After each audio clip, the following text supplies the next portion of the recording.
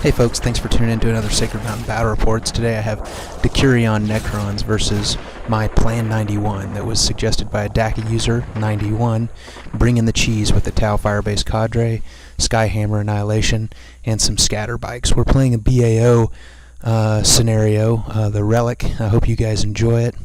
I want to apologize, but we didn't get to finish the game. Ends at turn 4, and I'd like to hear your comments about who you think might exactly win. Here we go. Hey everyone, thanks for tuning in to another Sacred Mountain Battle Report. This is Battle Report number 12 for us down here, or up here in the state of Jefferson. Today I'm bringing the cheese, trying out the Skyhammer formation and 3 different allied detachments. One, the Tau Firebase Cadre. Everything's going to be pretty heavily proxied today. The Tau Firebase Cadre, all the broadsides have early warning override, and they all have twin-linked high-yield missile pods. In addition, and the Riptide that's not on the table is going to have early warning override stem injectors and ion cannon. The Skyhammer strike force is going to be proxied. It's going to be Ultramarines Tactical Doctrines.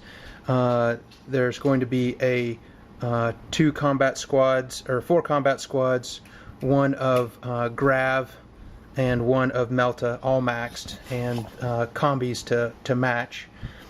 My jump troops are going to be proxied by Terminators. This is going to be a 10-man assault squad. It's going to have 2 flamers and a power fist in it, and I believe this one may just have 2 flamers. I have to look at the list again. And then to further round out the maximum amount of cheese possible, in construction, 7 Eldar Wind Rider scatter laser jet bikes with an autarch, and 3 standalone Wind Rider jet bikes. I'm going to be playing Necrons today, also in a fairly heavily proxied list, and we'll be getting back to her list in a moment. We're going to be playing BAO scenario, the Relic, and Hammer and Anvil deployment. We'll be back with her list and deployment. Okay, so for my list, I have 1 Night Scythe with 5 Immortals inside, 2 Doom Scythe, 2 Ghost Arcs, 10 sets of warriors in each, the Catacomb Command Barge with the Overlord in it, a group of 5 Death Marks, 3 Tomb Blades, Catan, the Nightbringer, and then proxied is Catan, the Deceiver. Alright, and this is going to be an 1850 point, like I said, BAO. Our list looks a little thin. We're going to double check the points, and this is going to be a friendly game. I'm really going to be learning, and next will be deployment, and I'll try to do a turn by turn. Alright, here is the deployment. I've opted, so kind of interesting about Skyhammer, you choose during your own deployment if you're going to drop on turn 1 or 2. So that if I went first, which I did, that would allow my opponent to decide what she's going to put on the board after I say it's going to drop on turn 1 or 2. I probably should have dropped on turn 1, but I dropped on turn 2. Hammer and Anvil deployment. I have the big scatter bikes with the not Dire Avenger, what's he called? The Autarch. And and I think the Autarch's going to have to be the Warlord. I wanted the Riptide, but I don't think he's a character. Then I have my broadsides here. We have a green objective, green Maelstrom objective, blue Maelstrom objective, the Relic, green Maelstrom, blue Maelstrom, and her deployment here. So we're going to see if she wants to try to seize on camera. Go for it. Nope. Alright, so turn 1, the cheese factory. Okay, top of turn 1, she did a really good job deploying here. Not a whole lot of line of sight for my broadsides. You can just see the tops of those, so she's going to get a 3-up cover from just about everything. Only 4 of them were in range with the Night Ghost Arc, and got 3 glances. She cover saved them all with a 3-up. This guy jumped up here shot an ordnance Nova charge shot up to here, scattered way over here, missed everything. My bikes hopped over this, grabbed the relic, turbo boosted back, so we have the relic. At the top of turn 1, I have my blue objective. However, I failed to destroy a unit. It is now Necrons turn 1. Okay, I've got my rules lawyer on right now. They mentioned that don't think you can run with the relic. Bikes don't run, they turbo boost. So pretty much rules lawyering that one. Although this is a friendly game, I'm trying to play it like I would in a tournament. So I don't know if that's, this is my first time playing bikes, so I really have no idea.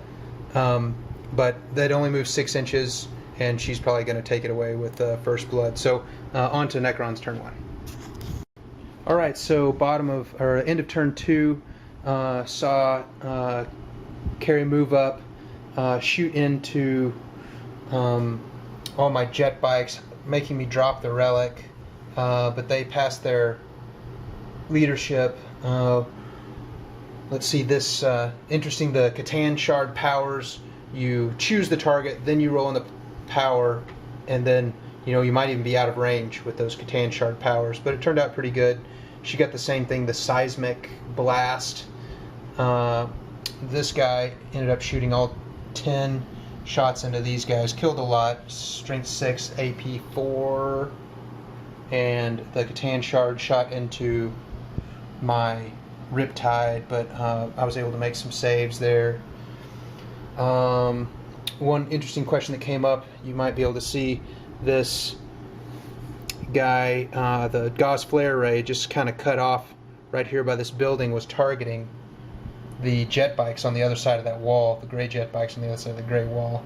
And we said only one of the guns could actually see, so does that mean only one dice on Gauss flare array, or do all the dice get to get rolled? So that's a question for comments. I dropped the relic, passed my morale. Now it is turn 2, and my Deep Strike reserves will be arriving. Oh, I'll roll for my other reserves. It's a 2. I think they will stay in reserves. You think stay in reserves? Oh, is that for the bikes? Yeah. I think... What do you think? It's up to you. I was shaking my head no because they don't come in on 2s, but you get to adjust. I think I'll bring them in. Okay, they'll come in, and stay tuned for top of turn 2. Up or one down, so I could potentially bring them in. Right. I should also mention, sorry, before we go on to turn 2, Carrie scored 1 Maelstrom point for having 3 or more models in her or units in her deployment zone, and I scored 1 for holding the blue. For our next Maelstrom, I have to hold the green, either one of the greens, and have 3 in my deployment zone. Carrie has to hold the green and the blue for her Maelstrom. Okay, next up, top turn 2. Okay, so we're midway through. We're at the shooting phase of my turn 2. There's some interesting stuff going on. Believe it or not, I didn't mishap with any of this. This is a combat squatted Grav Devastator Squad, combat squatted multi-melta Devastator Squad, group of 10 Assault Marines, 1 Power Fist, group of 10 Assault Marines here as well. So one of the questions we had, these meltas, this is the first time I've used this formation, and really I think the first time I've ever played against a chariot, and my opponent's not real sure about chariot rules anyway. So the question is, the multi-meltas and the bolters shot into the chariot. She decided to take the multi-meltas on the Overlord and the bolters on the chariot. Ended up, of course, the bolters didn't do anything to the chariot. Multi-meltas did 2 AP1 wounds to the Overlord. I don't think she gets or we're not sure whether or not she gets an invuln save yet. I don't think she does, or she doesn't think she does. I don't know. And we're trying to figure out I'm trying to figure out if she would get a jinx save. I think she might get a jinx save. We'll just say she declared it already. But I don't know. So that's a question for you guys in comments. We're looking it up right now. Okay, end of... I'm sorry, this is now the bottom of turn 2 that we're about to start. So let's see if I can recap.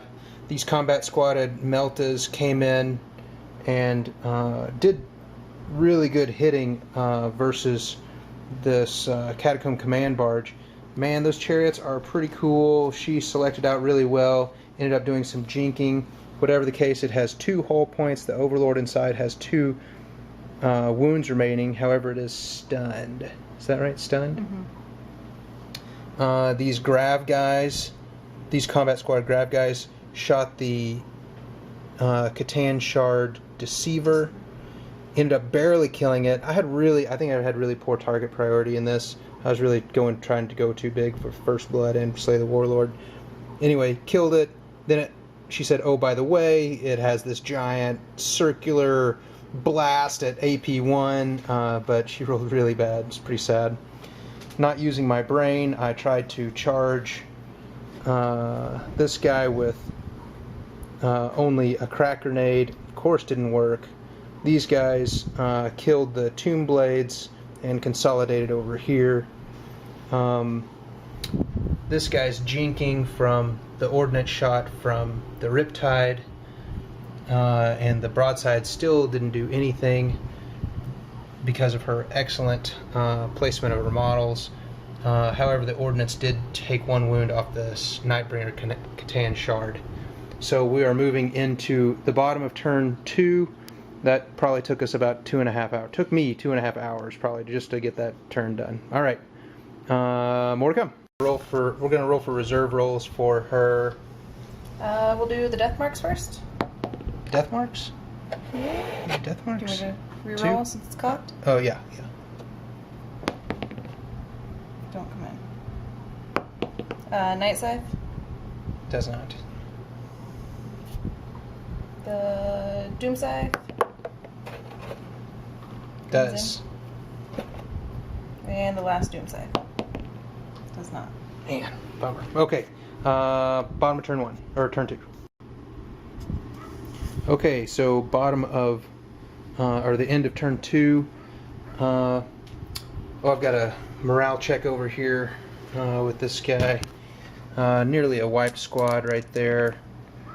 He passes. I think that's it for morale checks. Yeah, this guy's flare array and the guys inside shot at this squad under my advice, but unfortunately for her, I did really good on my armor saves.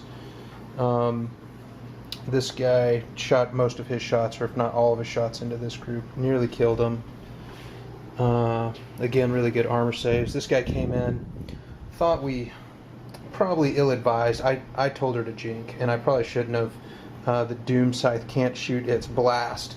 Otherwise, it would have killed 2 of these Riptides or broadsides, causing a morale check. So that was bad advice on my part. All right, we're going into turn 3. Weapons. Oh, so I should have mentioned that we have Eldar has this green objective. We also hold the relic.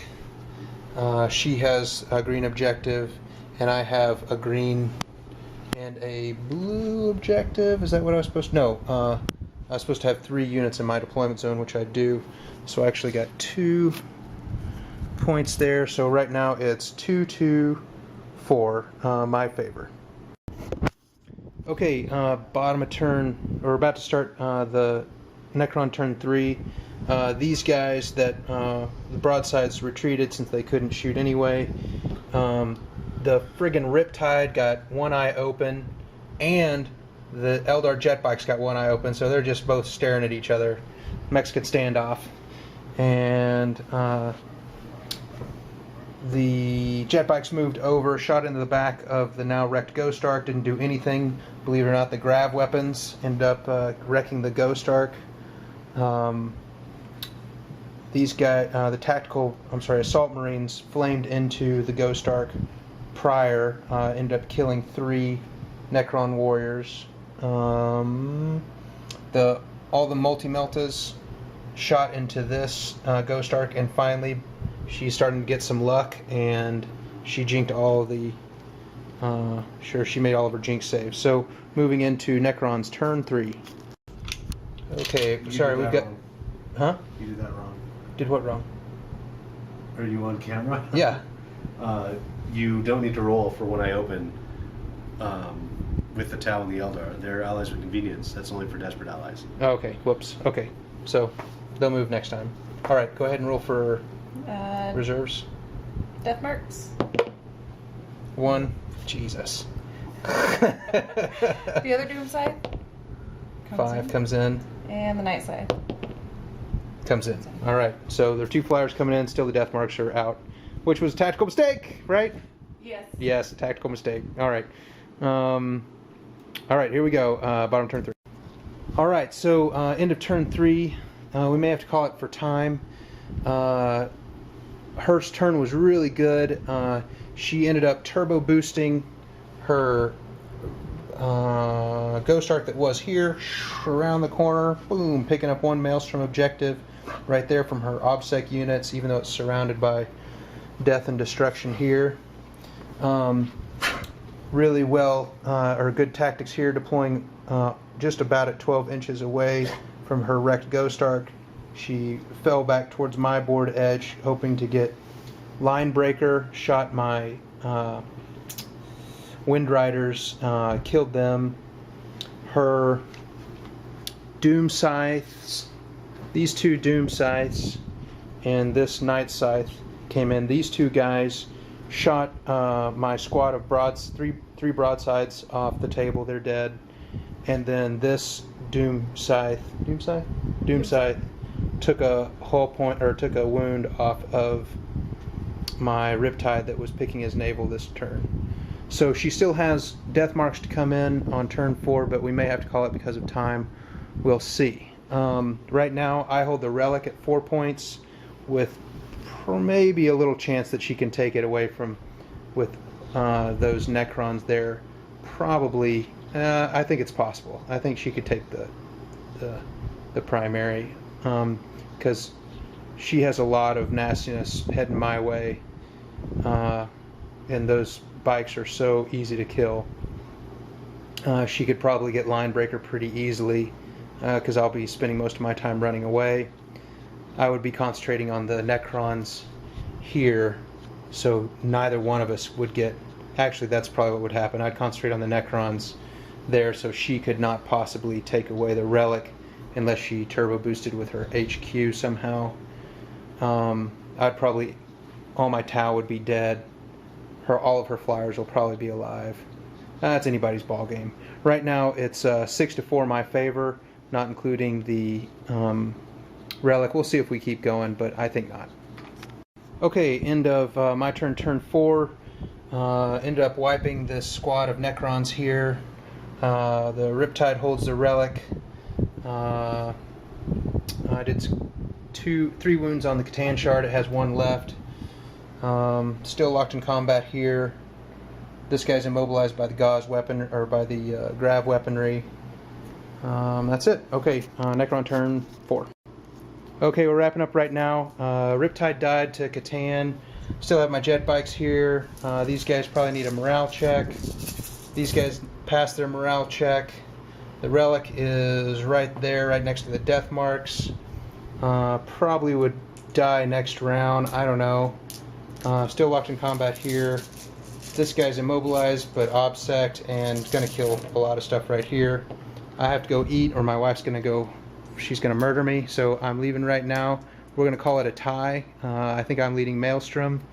Relic's up for bids. Alright, thanks for watching Sacred Mountain Battle Reports. Hey folks, thanks for watching. I really appreciate you guys tuning in and making some comments. I apologize that we weren't able to finish it. It was really due to my incompetence with my list.